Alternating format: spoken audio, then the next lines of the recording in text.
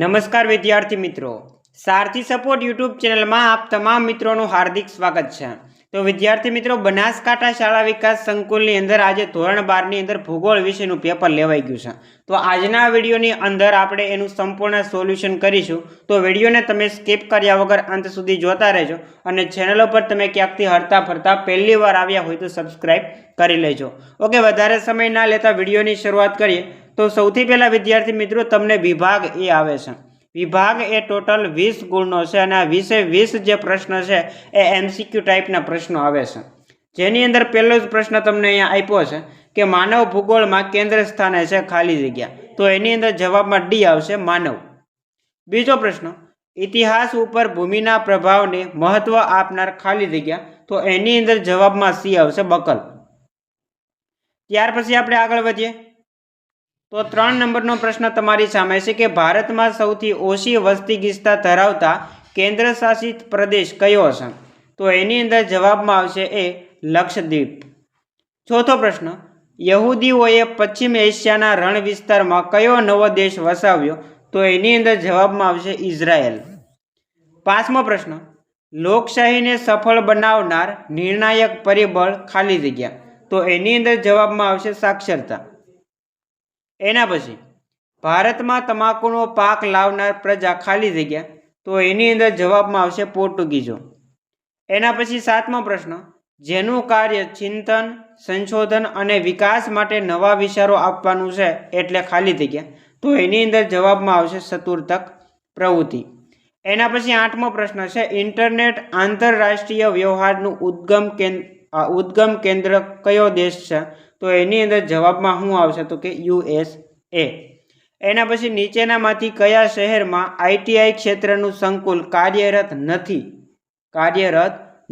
તો એની અંદર જવાબમાં વડોદરા આવશે। ત્યાર પછી આપણે આગળ વધીએ તો 10 નંબરનો પ્રશ્ન તમારી સામે છે કે વિશ્વમાં સૌપ્રથમ રેલવેની શરૂઆત કયા વર્ષમાં થઈ?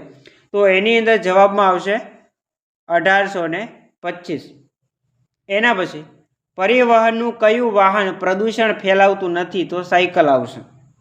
ત્યાર પછી, રાતો સમુદ્ર અને ભૂમધ્ય સમુદ્રને જોડતી નહેર કહે છે? તો કે સુએઝ નહેર। કાગળ વગરની ટપાલ સેવા એટલે ખાલી જગ્યા? તો કે એની અંદર જવાબમાં આવશે ઈમેલ।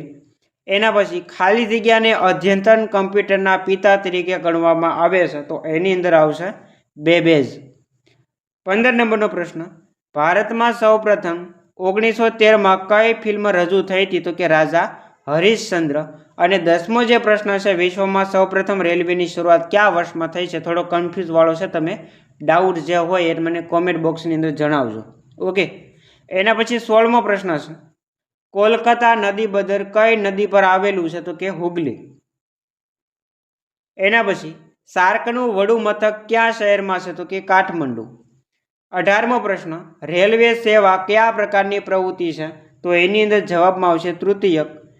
19મો પ્રશ્ન, વિક્ટોરિયા સરોવર કયા ખંડમાં આવેલું છે? તો કે આફ્રિકા। અને લાસ્ટ પ્રશ્ન વિભાગ એનો, ભારતમાં પ્રથમ બોલતી શ્વેતશામ હિન્દી ફિલ્મ કઈ હતી? તો જવાબમાં આવશે આલમ આરા। તો આ હતો વિદ્યાર્થી મિત્રો વિભાગ એ। હવે વિભાગ બી જોઈએ આપણે, જે ટોટલ 10 ગુણનો પૂછે છે, જેની અંદર 21 નંબરનો પ્રશ્ન તમારી સામે છે, માનવ ભૂગોળને એક વિશેષ શાખા તરીકે ક્યારે ઉદ્ભવ થાય છે? માનવ ભૂગોળનો એક વિષય શાખા તરીકે ક્યારે ઉદ્ભવ થાય છે? તો કે 19મી સદીમાં। કયા ભારતીય નૃવંશશાસ્ત્રીના મતે ભારતમાં 6 મુખ્ય પ્રજાતિઓ છે? તો એની અંદર આવશે BS ગુહાના। દક્ષિણ ભારતના કયા લોકો પ્રાથમિક પ્રવૃત્તિ કરે છે? તો કે પાલિયાન। એના પછી તૃતીયક પ્રવૃત્તિ કોને કહેવાય? તો કિંમત ચૂકવી અને પ્રાપ્ત કરી શકાય એવી સેવાને છે એ તૃતીયક પ્રવૃત્તિ કહેવાય। એના પછી, ગુજરાતમાંથી કયા નંબરનો રાષ્ટ્રીય ધોરીમાર્ગ પસાર થાય છે?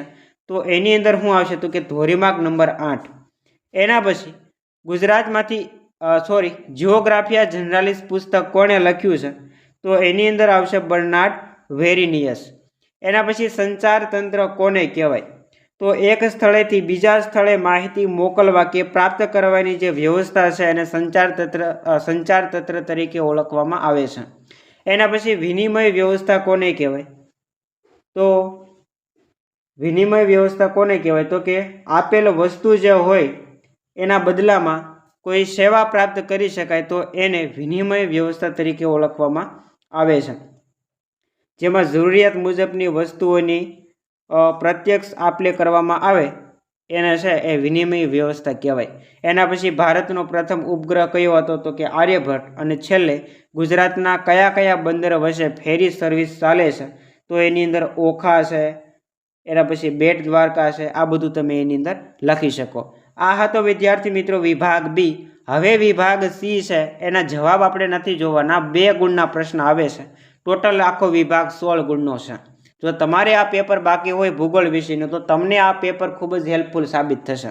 વિભાગ સીના પ્રશ્ન તમે જોઈ શકો. એના પછી વિદ્યાર્થી મિત્રો વિભાગ ડીના પણ પ્રશ્ન તમને અહીંયા આપ્યા છે. અને છેલ્લે વિભાગ ઈ આવે છે, જે ટોટલ 30 ગુણનો વિભાગ છે, જેની અંદર મોટા પ્રશ્ન આવે છે. અને છેલ્લે નકશો આવે છે. તો નકશો આપણે એક જોઈ લઈએ. બાકી તમારે આ જે મોટા પ્રશ્ન છે એ જાતે તૈયાર કરવાના છે જો તમારે પેપર બાકી હોય તો.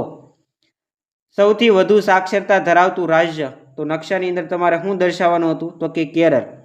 એના પછી રાષ્ટ્રીય ધોરીમાર્ગ નંબર 7 અને તેના પર આવેલું એક અટક સ્થાન, તો વારાણસીથી કન્યાકુમારી એ તમે દર્શાવી શકો.